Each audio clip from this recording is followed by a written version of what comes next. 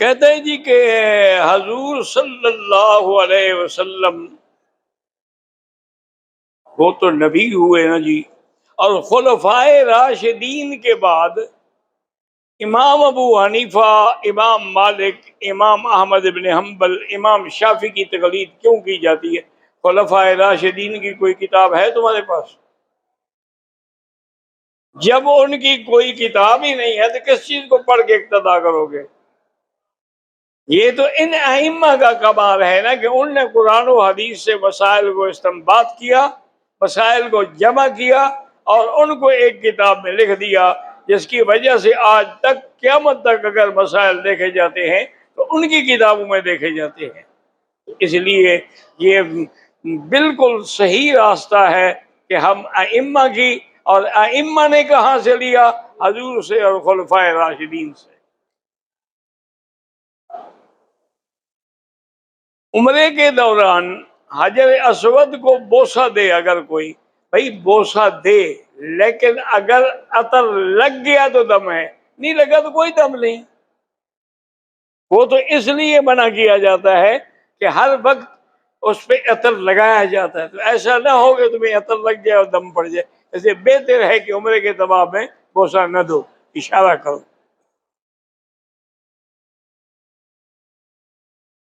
طواف کے کسی چکر میں اشارہ کرنا بھول گیا، کوئی بات نہیں، پہلا اور آخری ضروری ہے، درمیان میں نہ بھی کرو تو کوئی فرق نہیں پڑتا۔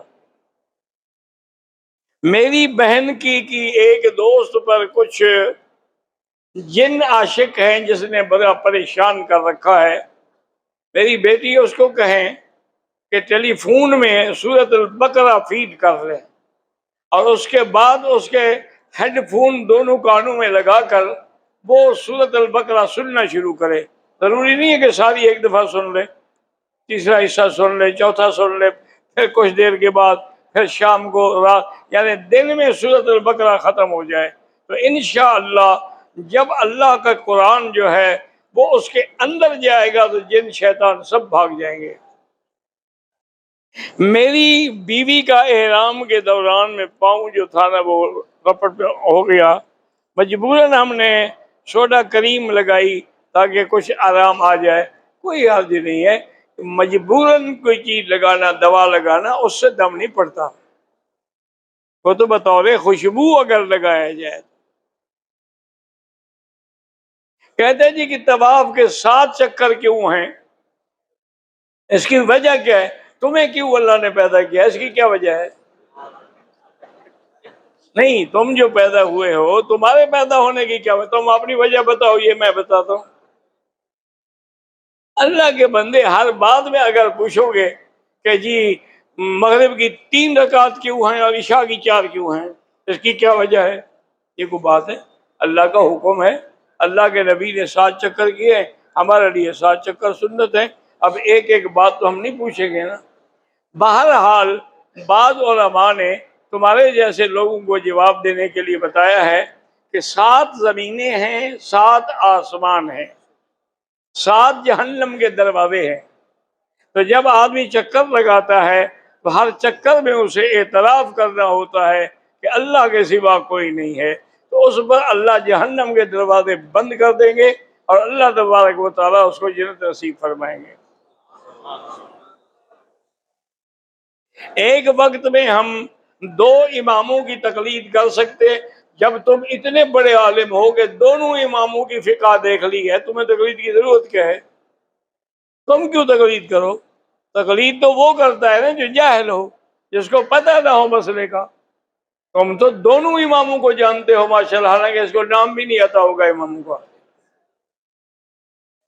کشمیر میں جو مسلمان قید ہیں، اللہ ان کو رہائی عطا فرمائے، اللہ ان کو کفار کے عذاب سے بچائے، اور جن ظالموں نے کشمیر پہ ظلم کیا ہے اللہ ان پر اپنا قہر نازل فرمائے۔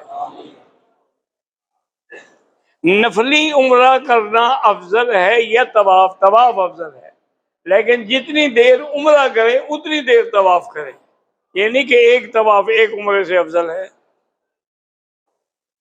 کہتے جی آپ سے پہلے آپ کے والد درس دیتے تھے، ان کے بعد آپ دے رہے ہیں، تو اب آپ کے بعد کوئی آپ کی اولاد میں اللہ پاک چاہیں تو قادر ہیں، کوئی پیدا ہو جائے گا انشاءاللہ۔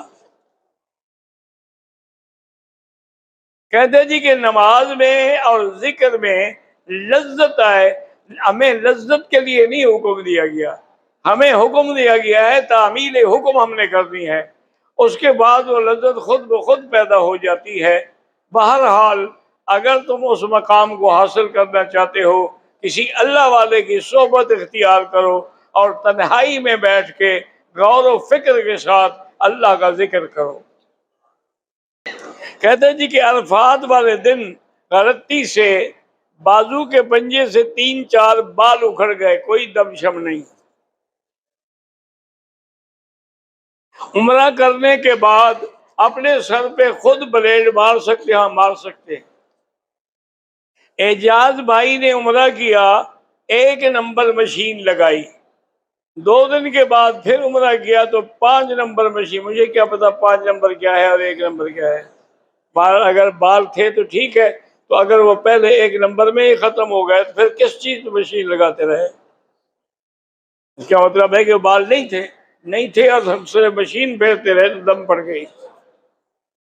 کہتے ہیں جی سلمان میرا نام ہے، میں دعا کرتا ہوں کہ اللہ آپ کے سینے میں جو علم ہے ہمیں بھی دے، اللہ سب کو عطا فرمائے۔ میری 5 لڑکیاں ہیں اور 1 بیٹا ہے، انصاف میں کچھ اونچ نیچ ہو جائے تو پھر ان سے معاف کرا لیا کریں ورنہ پکڑے جاؤ گے، عدل کریں۔ میرا بھانجا ابو بکر 5 سال کا ہے، بولتا نہیں ہے، اللہ اس کو شفا عطا فرمائے۔ میرا بھائی ہے، اس کو پڑھنے کا شوق نہیں ہے، موبائل کا بڑا شوق ہے، اس کے لیے یہ ہے کہ 2 رکعت نماز پڑھ کے اس کے بعد 1 تسبیح سورۃ اخلاص پڑھ کے اللہ سے دعا مانگو کہ اللہ اس کو ہدایت کے راستے پہ چلا، انشاءاللہ ٹھیک ہو جائے گا۔ میں نے 3 طواف کیے، مجھے چونکہ 2 رکعت کر کے 6 رکعت پڑھنی تھی، میری طبیعت خراب ہو گئی، میں ہوٹل آ گیا، 2 دن کے بعد پھر آیا تو میں نے 2 رکعت سب کی پڑھی، ٹھیک ہے کوئی بات نہیں۔ کہتے ہیں جی کہ میں وضو کرنے کے لیے وضو خانوں میں گیا تو ان میں جھاگ کی طرح کوئی صابن تھا جس سے میں نے ہاتھ دھو لیے، اگر خوشبو نہیں تھی تو کوئی بات نہیں، اگر خوشبو تھی تو پھر 2-4 ریال خیرات کرو۔ میرے والد فوت ہو گئے، ان کی طرف سے ہمیں وراثت کا حصہ مل گیا ہے، والدہ زندہ ہیں تو والدہ کی زمین سے ہمارا حصہ نہیں بنتا، لیکن میرے شوہر مجھے اصرار کرتے ہیں اور تنگ کرتے ہیں کہ والدہ کی زمین سے حصہ لوں، کیسے لیں؟ جو چیز شریعت میں ہو، اپنی بیوی سے کہو کہ کسی مدرسے میں جا کے مفتی سے فتویٰ لکھوائے، مفتی کیا لکھتا ہے، اگر مفتی کہے گا کہ ہاں ملنا ہے تو مل جائے گا۔ بھائی زمزم کا پانی جو ہے، یہاں کولر جو رکھے ہیں، اصل بات یہ ہے کہ زمزم کا پانی بھی سنت یہ ہے کہ بیٹھ کے پیا جائے، لیکن اگر کھڑے ہو کے پی لیں تو گناہ نہیں ہوگا، باقی کوئی پانی کھڑے ہو کے پیئیں گے تو گناہ ہوگا، ورنہ تو زمزم کے لیے بھی یہی حکم ہے۔ حضور کھڑے ہوئے تو مجبوری تھی، کنواں تھا، نیچے بیٹھنے کی جگہ ہی نہیں تھی۔ میری شادی کی 6 سال ہو گئی، اللہ دعا کرے اللہ اولاد صالح عطا فرمائے، جن کی بھی اولاد نہیں ہے اللہ سب کو اولاد صالح عطا فرمائے۔ طواف میں حجر اسود کو بوسہ دیا ہے، ٹھیک ہے کوئی عرض نہیں، لیکن اگر خوشبو لگ گئی ہے تو پھر دم دینی ہوگی۔ میرے والد صاحب آپ کو بہت چاہتے ہیں، ان کی پریشانی ہے، اللہ ان کو سب پریشانیوں سے نجات عطا فرمائے۔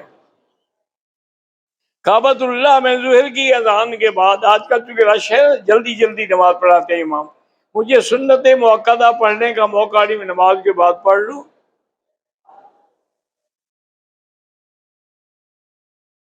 میں طالب العلم ہوں، اللہ آپ کو علم نصیب کرے اور ساری مشکلات دور کرے۔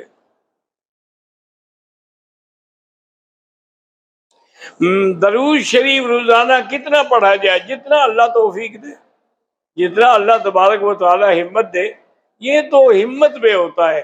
ہمارے شیخ تھے، میں نے الحمدللہ ان کی زیارت بھی کی ہے، وہ روزانہ 10 پارے قرآن شریف کی تلاوت کرتے تھے اور 1 لاکھ درود پڑھتے تھے۔ تو آپ انہوں نے ایک عادت بنا لی تو پورا بھی ہو جاتا تھا، تم نیت کرو گے تو پورا بھی ہو جائے گا۔ 3 4 طواف کے چکر لگا کر ہم آ جائیں پہلے درس سنے نہیں، پہلے طواف مکمل کرو پھر درس سنو۔ احرام کی حالت میں حتیم کو میں نے ہاتھ لگایا، کچھ نہیں ہوتا لیکن نہیں لگانا چاہیے۔ حالت احرام میں میں نے ٹوتھ پیسٹ استعمال کی، اگر اس میں خوشبو تھی پھر تو دم پڑ گئی، خوشبو نہیں تھی بطور دوا تھا تو کوئی حرج نہیں۔ میں نے کنکریاں تینوں دن فجر کی نماز پڑھ کے مار دی، دم پڑ گئی۔ بہرحال یہ ہے کہ آپ کو ایک دم لگتا ہے۔ اولاد نرینہ کے لیے کوئی خاص وظیفہ سورۃ یوسف پڑھ کے دعا کیا کرے۔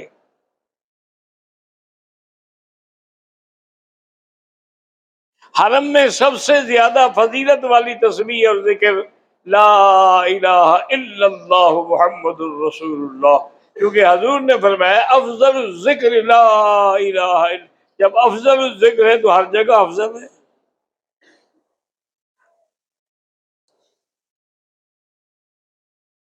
حج کے 5 دن جو ہیں نماز ہم قصر پڑھیں یا پوری پڑھیں، اگر مکے کا مقیم ہے تو وہ پوری پڑھے گا، باقی تو سب قصر پڑھیں گے۔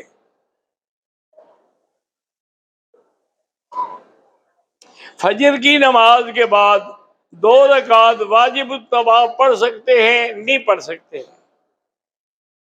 سورج نکلنے کے بعد پڑھیں، عصر کے بعد نہ پڑھیں، مغرب کے بعد پڑھیں۔ اللہ سب کے والدین کو صحت دے۔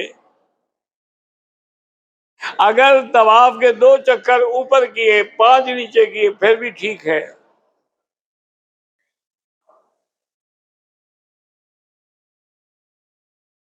محمد شفیق کی بیٹی آمنہ نے 9ویں جماعت کے امتحان دیا ہے، اللہ اچھے نمبروں سے کامیاب فرمائے۔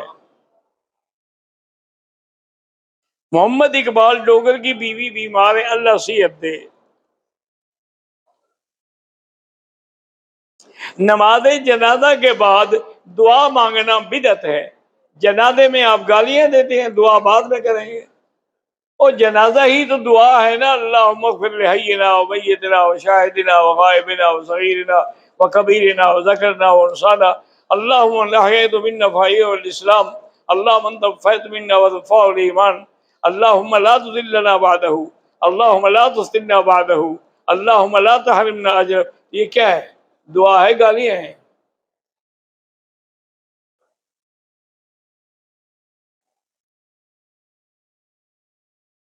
میری بیوی 5 وقت نماز بھی پڑھتی ہے اور عبادت بھی کرتی ہے، لیکن 1 سال ہو گیا میری بات بھی نہیں مانتی اور مجھ سے ملاپ بھی نہیں کیا، تو اس کی عبادت کا کوئی فائدہ نہیں۔ عبادت تب ہوگی جب خاوند راضی ہوگا۔ اسی لیے حضور نے فرمایا کہ اگر ایک عورت مر جائے اور اس کا خاوند اس پہ راضی ہو تو وہ جنت میں جائے گی، ورنہ نہیں۔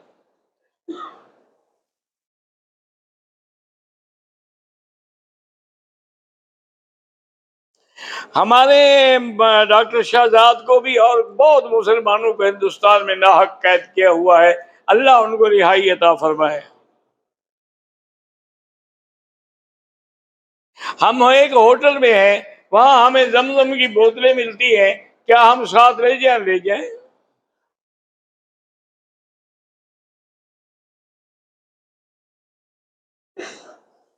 کہتے ہیں جی کہ میں اپنی مردانہ کمزوری کی وجہ سے بہت پریشان ہوں، تو کسی اچھے حکیم سے رجوع کریں، اس سے انشاءاللہ فائدہ ہوگا۔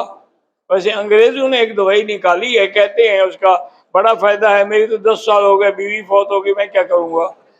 ویا کرا، اس دوا کا نام ہے ویا کرا، لیکن وہ کھائے جس کو دل کا یا بلڈ پریشر کا مسئلہ نہ ہو، اگر ہو تو انشاءاللہ پہلی گولی پہ فوت ہو جائے گا۔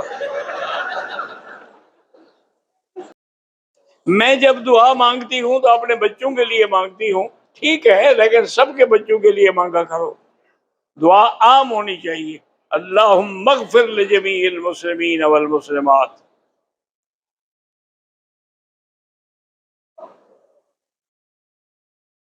مکروہ اوقات میں قرآن کا سجدہ، سجدہ کر سکتے ہیں، سجدہ تلاوت۔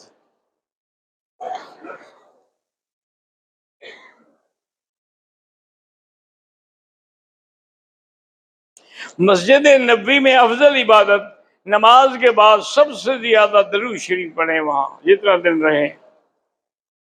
پتہ نہیں آپ نے کیا لکھا ہے کہ میں نے کمرے میں کسی چیز کا بسیرا ہے تو سورۃ البقرہ پڑھو، بھاگ جائے گی۔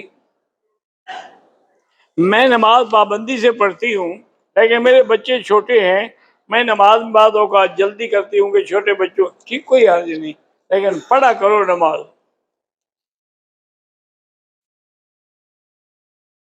استاد کے یا کسی بڑے کے احترام میں کھڑے ہونا، اگر اس کے دل میں تکبر پیدا ہوتا ہو تو نہ کھڑے ہو، اگر نہ ہوتا ہو تو پھر کھڑے ہو جائے۔ حضور بی بی فاطمہ کے لیے کھڑے ہو جاتے تھے، اور بی بی فاطمہ حضور کے لیے کھڑی ہو جاتی تھی۔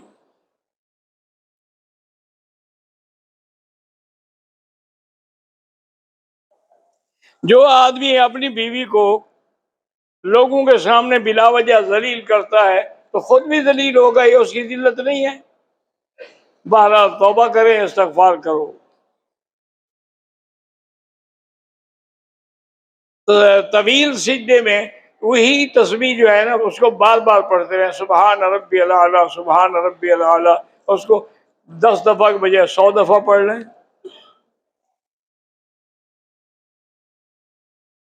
اگر کسی نے غصے میں طلاق دی ہے، ہو گئی، کیونکہ طلاق محبت میں بھی کوئی دیتا ہے، جب بھی دے گا غصے میں ہی دے گا نا۔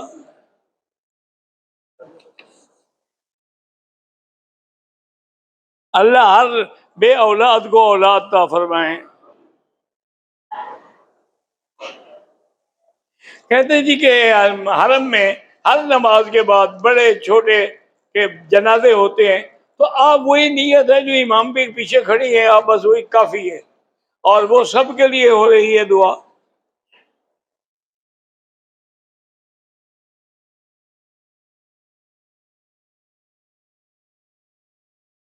بھائی گزارش یہ ہے کہ یہاں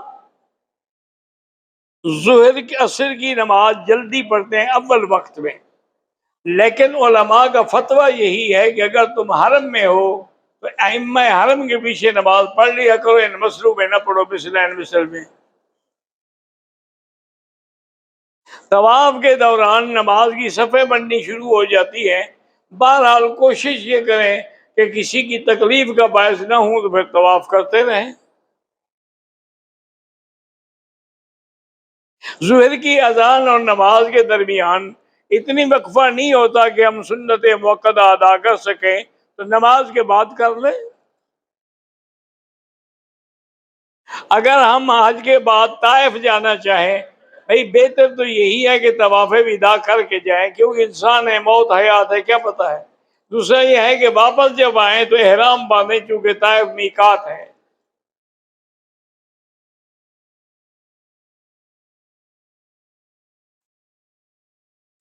بھائیوں سے کچھ اختلاف ہے، میں ختم کرنا چاہتا ہوں، وہ نہیں کرتے، ان کا گناہ قیامت میں ان پر ہوگا، آپ کوشش کرتے رہیں ختم کرنے کی۔ اگر جوتے کا تھیلا ہے لٹکایا ہوا، نماز پڑھے، کوئی حرج نہیں۔ آپ نے کہا تھا کہ روزانہ روزانہ عمرہ ہو سکتا ہے، بال ہوں نہ ہوں اس طرح پھرواتے رہیں۔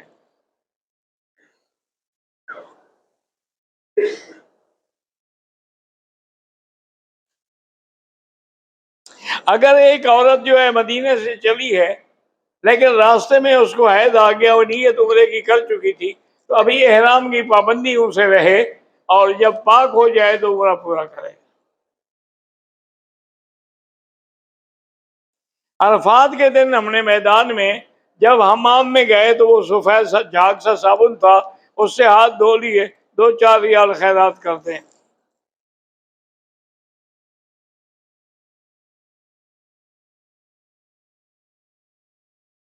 بہرحال 11 کو آپ نے دیوار سے پہلے رمی کی لیکن 13 کو جا کے دوبارہ اس کی ادائیگی کر دی تو ٹھیک ہو گیا۔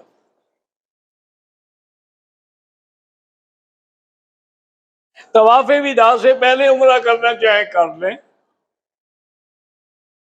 دوسرے عمرے کا احرام جو ہے ہوٹل سے نہیں، مسجد عائشہ سے باندھنا ہوگا۔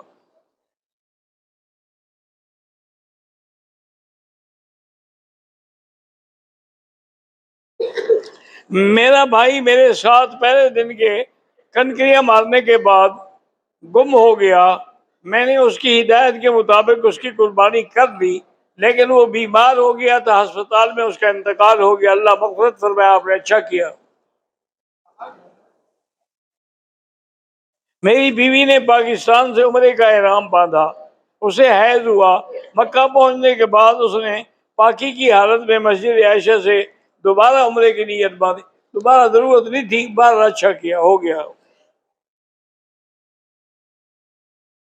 میں اکثر بیمار رہتا ہوں، اللہ سے شفا کی دعا مانگیں، سورۃ الفاتحہ 7 دفعہ پڑھ کے ہر نماز کے بعد خود پانی میں دم کر کے پیا کریں۔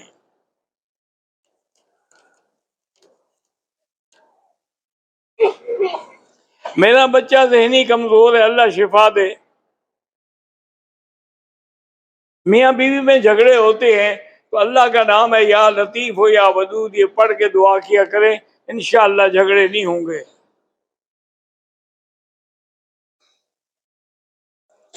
والدہ بھی اللہ شفا عطا فرمائے۔ مغرب سے پہلے ہمارا طواف مکمل ہو گیا، اس کی 2 رکعت مغرب کی نماز کے بعد پڑھیں۔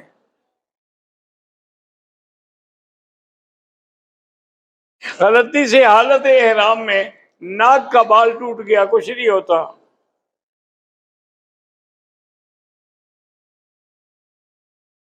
حرم میں جو بچوں کی جنازے میں آتے کو بھی طفل کہتے ہیں، تو ایک ہوگا تو طفل کہیں گے، زیادہ ہوں گے تو اطفال کہیں گے۔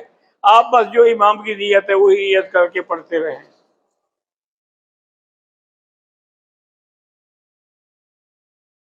کہتے ہیں جی کہ توحید وجودی اور شہودی یہ صوفیوں کے مسئلے ہیں، ہم نہیں جانتے۔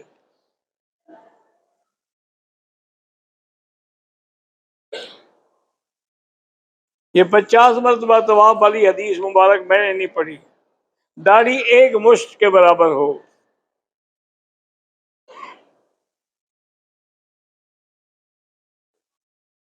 بہرحال اگر کوئی آدمی مکے کی زندگی میں وہ حجر اسود کو یا رکن یمانی کو ہاتھ لگا تو کوئی بات نہیں، اشارہ کیا، وہی بوسے کے کیا مقام ہے۔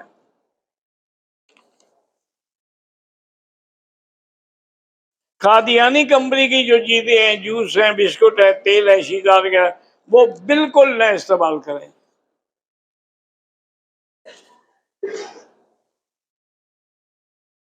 ایک بندے نے اوپر طواف کے 3 چکر کیے، باقی 4 چکر نیچے آگے کیے، ٹھیک ہو گیا۔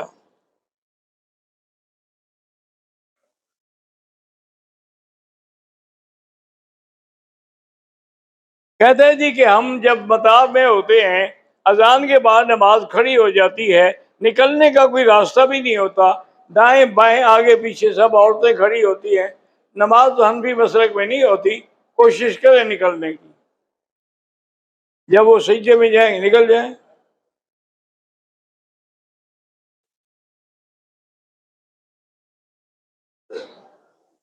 مدینہ منورہ میں ہم نے نماز پڑھی، بعد میں ہمیں پتہ چلا کہ ہم امام سے بھی آگے کھڑے تھے تو نماز نہیں ہوئی۔ ہمارے علاقے بلوچستان میں 2 گروہوں کی لڑائی ہے، اللہ ان کو آپس میں اتفاق اور صلح نصیب فرمائے۔ میری ماں اور بہن بلڈ پریشر کی مریض ہیں، اللہ شفا عطا فرمائے۔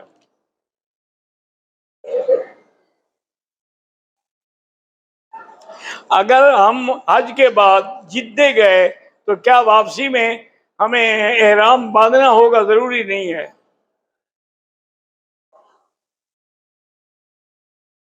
طواف زیارت کے بعد صفا کے لیے بغیر استلام کے صفا کر لی ہو، ٹھیک ہو گئی۔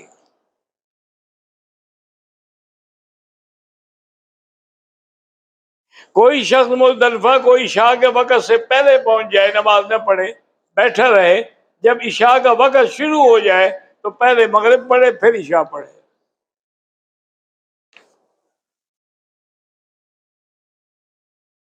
میرے بیٹے کی شادی کو 10 سال ہو گئے، اولاد نہیں ہے. اللہ اولاد عطا فرمائے. سورۃ یوسف پڑھ کے دعا کیا کریں.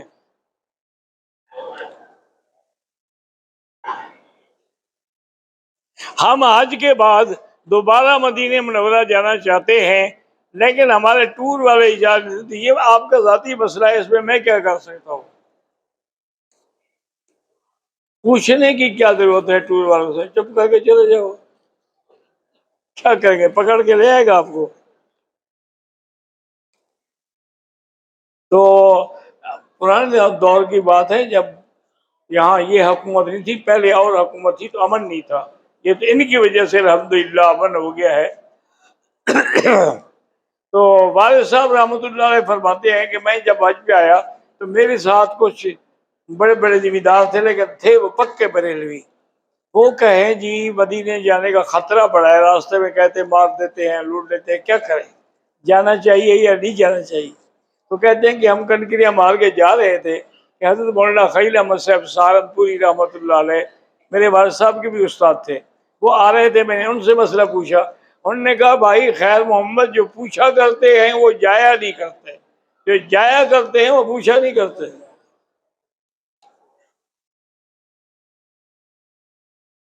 نہیں، ہم سب کے لیے دعا کرتے ہیں اللہ سب گھر والوں کو اتفاق دے.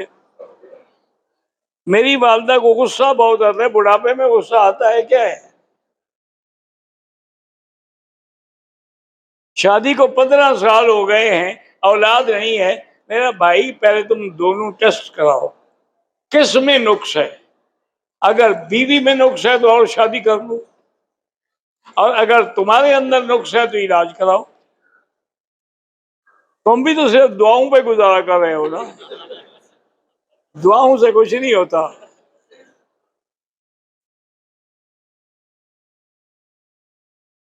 اگر سحری ہو رہی ہے، ٹائم تھوڑا ہے، ہم نے سحری کر لی لیکن غسل جنابت بعد میں کیا، کوئی حرج نہیں. میری بیٹی کی طبیعت خراب ہے، اللہ شفا دے. بہرحال اگر آپ طائف سے جیرانہ گئے تو راستہ وہی ہے جیرانہ والا، اور کون سا ہے؟ آپ کو احرام باندھ کے آنا چاہیے.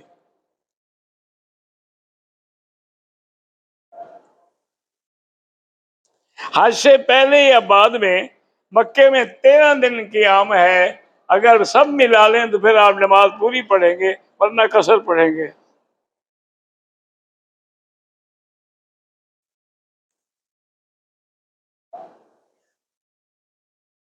میرا ایک بیٹا امریکہ میں ہے، دوسرا گھر میں ہے، دونوں نافرمان ہیں. اللہ دونوں کو ہدایت دے. باہر جو سڑکیں ہیں، یہ میدان ہے، اس میں بھی نماز پڑھیں تو 1 لاکھ ملے گا. مسجد الحرام پورے مکے کا نام ہے. میری بیوی بیمار، اللہ شفا عطا فرمائے. اللہ پوری امت مسلمہ پہ رحم فرمائے.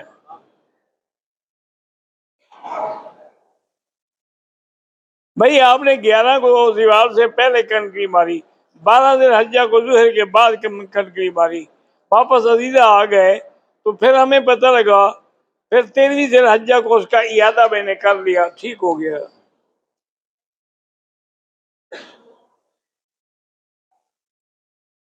میں نے عمرے کا احرام باندھا تھا، ابھی حلق نہیں کیا تھا.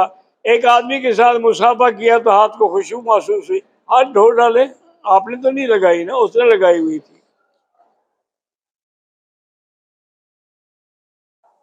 11 12 ذی الحجہ کو کنکریاں دیوار سے اگر پہلے ماری ہیں تو دم پڑ جاتی ہے.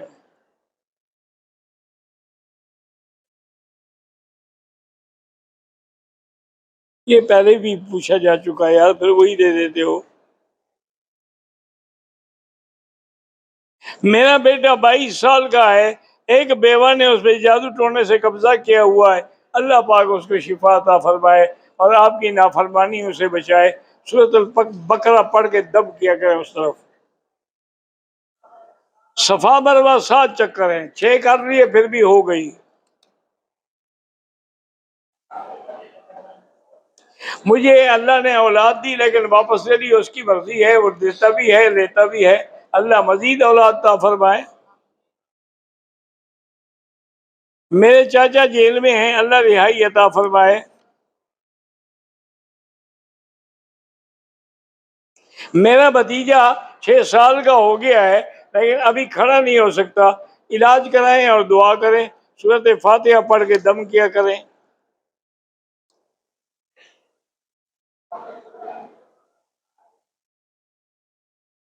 بہرحال کسی نے میرے ہاتھ پہ چیک کرنے کے لیے پرفیوم لگایا، اس کو دھو ڈالو، کوئی دم شم نہیں، ورنہ 2-4 ریال خیرات کر دو۔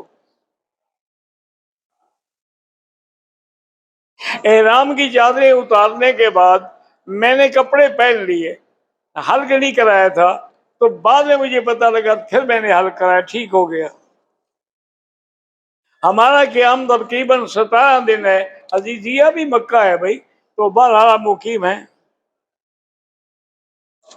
میرا چھوٹا جو ہے نافرمان ہے، اللہ ہدایت دے، اللہ سب کی اولاد کو فرما بردار بنائے۔ غلط مقدمے سے بچنے کے لیے حسبنا اللہ و نعم الوکیل پڑھا کرو۔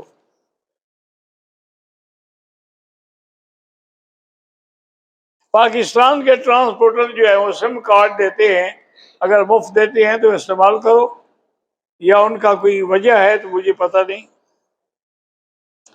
حج کے بعد طواف طائف جانا چاہیں، بہتر ہے کہ طواف الوداع کر کے جائیں۔ دل میں برے برے خیالات آتے ہیں تو قل اعوذ بالفلق قل اعوذ بالناس پڑھا کریں۔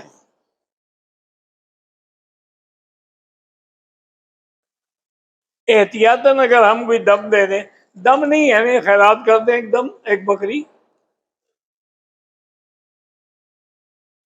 امام کے پیچھے ہوٹلوں میں جو مسجدیں بنی ہیں، اگر اگلی صفحے نظر آتی ہیں تو نماز ہو جاتی ہے۔ میرے سر میں بے چینی اور درد رہتا ہے، درد کا علاج سورۃ فاتحہ ہے۔